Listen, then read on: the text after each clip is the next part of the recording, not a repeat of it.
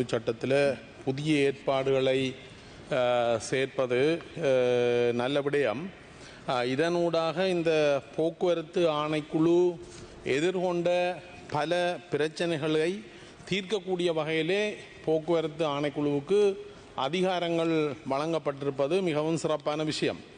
இவ்வளவு காலமும் இந்த போக்குவரத்து ஆணைக்குழு கூடாக வீதி பயணிகள் போக்குவரத்து மாத்திரம்தான் அவர்களால் கண்காணிக்கப்படக்கூடியதாக இருந்தது.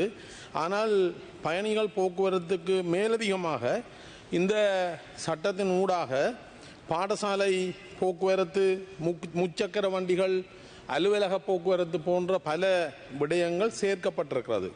அது மாத்திரமல்ல, இந்த சட்டத்தின் ஊடாக, இந்த திருத்தத்தின் ஊடாக அமைச்சருக்கு வேறு போக்குவரத்து, அது ஆகாய மார்க்கமாக இருக்கலாம், நீரினூடாக போகிறதாக இருக்கலாம், அமைச்சருக்கு வேறு போக்குவரத்து ஊடகத்தை பயன்படுத்துவதற்கான அதிகாரங்களும் வழங்கப்பட்டிருக்கிறது.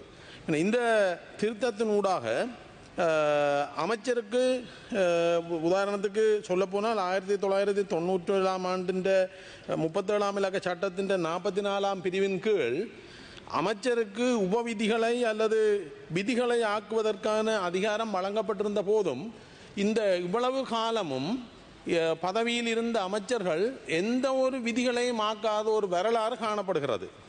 ஒரு 91 ஆண்டு இந்த சட்டத்தின் ஊடாக ஒரு அமைச்சருக்கு அதிகாரம் வழங்கப்பட்டு விதிகளை ஏற்படுத்துவதன் ஊடாக இந்த போக்குவரத்தை சரியான முறையில் கொண்டு வருவதற்கான அதிகாரம் அமைச்சர்களுக்கு வழங்கப்பட்டிருந்த போதும் துரதிர்ஷ்டவசமாக இந்த 91 ஆண்டுக்கு பிறகு இன்று வரை அப்படியான ஒரு விதியை எந்த ஒரு அமைச்சரும் உருவாக்கவில்லை என்றது ஒரு வெட்கக்கேடான விஷயம்.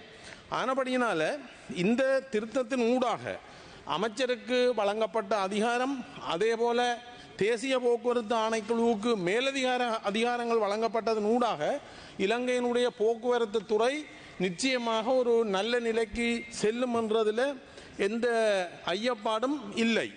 அந்த வகையிலே அமைச்சருக்கு வழங்கப்பட்ட மேலதிக அதிகாரங்களின் ஊடாக வீதி பயணம் மாத்திரம் இருந்த ஒரு நேரத்தில் இப்போது அமைச்சருக்கு வேற ஒரு போக்குவரத்தை செய்யக்கூடிய அதிகாரம் வழங்கப்பட்டிருக்கிறது.